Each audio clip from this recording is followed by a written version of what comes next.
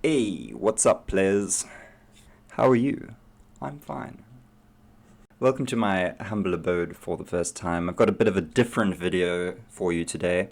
So with all the stuff happening in the world right now, Elon Musk buying Twitter, Kanye West being anti-Semitic, I thought, what kind of video would the kids just love to see these days? And then it hit me. Alicia Keys.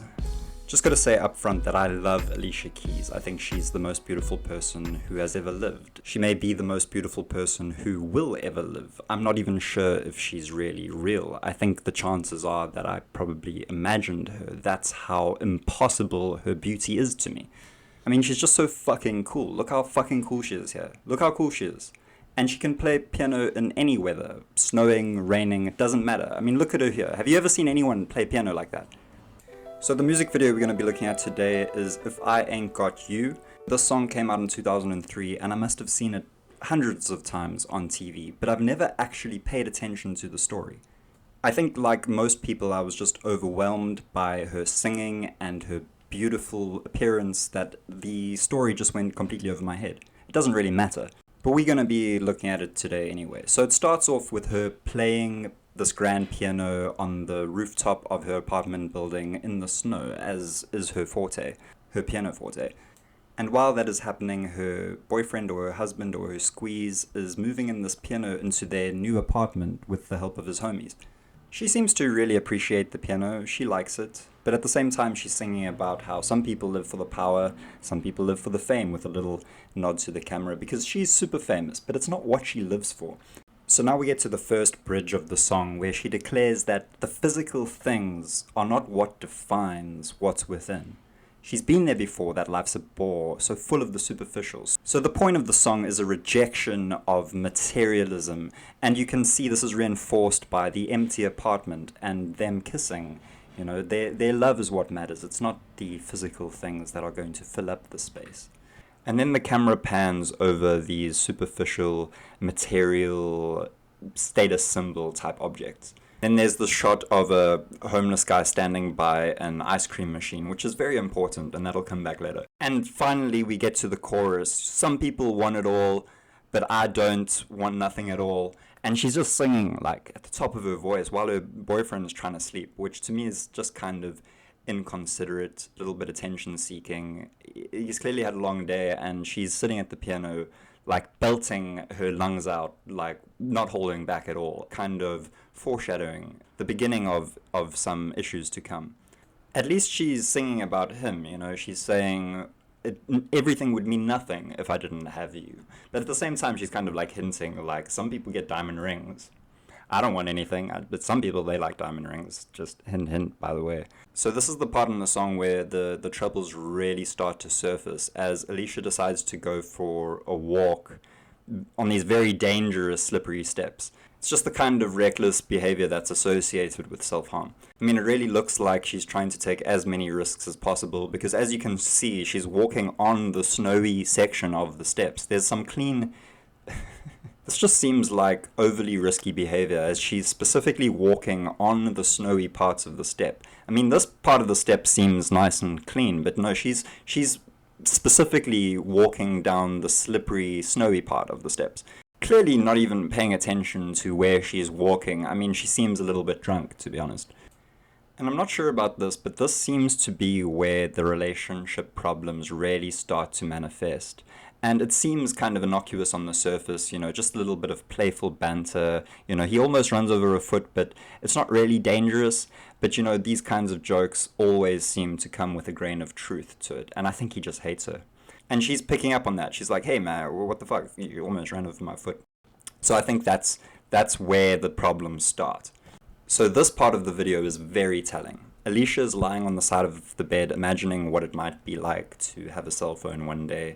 And then her boyfriend comes and drapes this fur coat over her. And Alicia is not having it. She just does not like fur. Gifts are not her love language. You know, she's busy here. She's got things to think about. She's on the side of the bed imagining some future technology. Here her boyfriend very disrespectfully, you know, comes up behind her and drapes this animal skin on her back. I mean, I would be pissed off as well. And she throws it off. You know, she throws it off. She's like, what the hell? What the hell, man? Still mad, clearly, about almost having her foot run over earlier.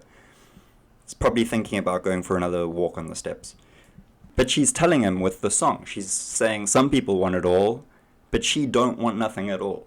And that includes random animal skin jackets. Things really come to a head in this last video when we have this shot of him just playfully pouring milk into some children's cereal. And this is just the last straw. I just want you to make note of the props used in the shot. So we have a can of 7-Up. We have the bowl of cereal with the box of chocolate Rice Krispie Pops. And at the back we have the healthy option of the apple, which, like Chekhov's gun, will come into play later.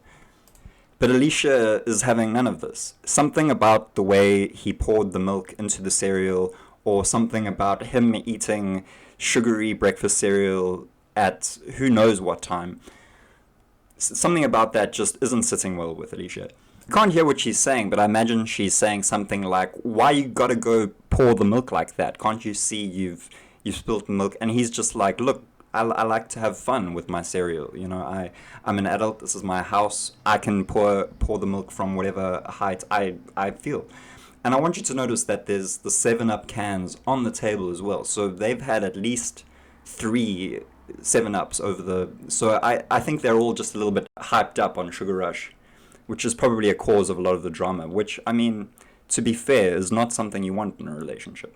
And then we're back at the stairs just for a moment, probably in Alicia's imagination, because she's just thinking of throwing herself down those things. But it's still happening. They're still arguing at the house. This is real life. And she's saying, what's with the hat tracksuit combination? Why you always got to be so matchy-matchy? And then the guy just gives a look like, damn, I always knew it would be like that. I always knew it were gonna be like that. I always knew it were gonna be like that.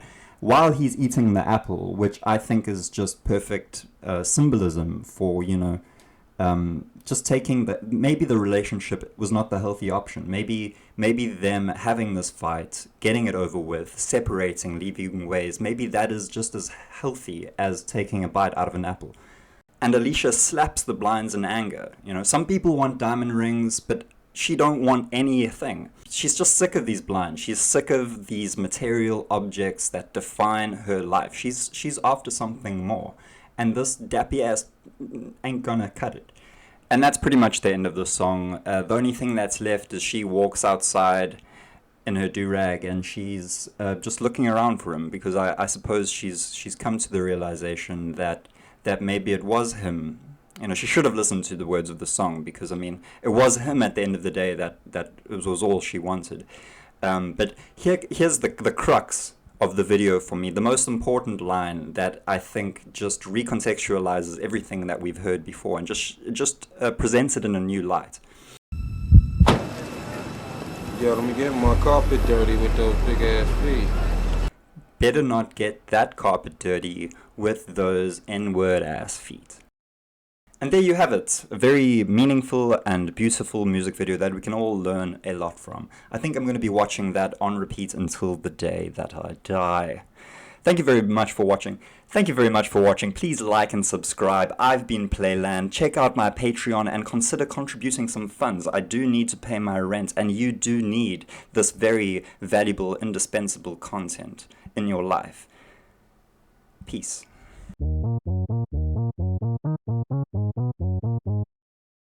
Hey, what's happening, players? Hey, what's up, players? Hey, what's happening, players? Hey, what's up, players?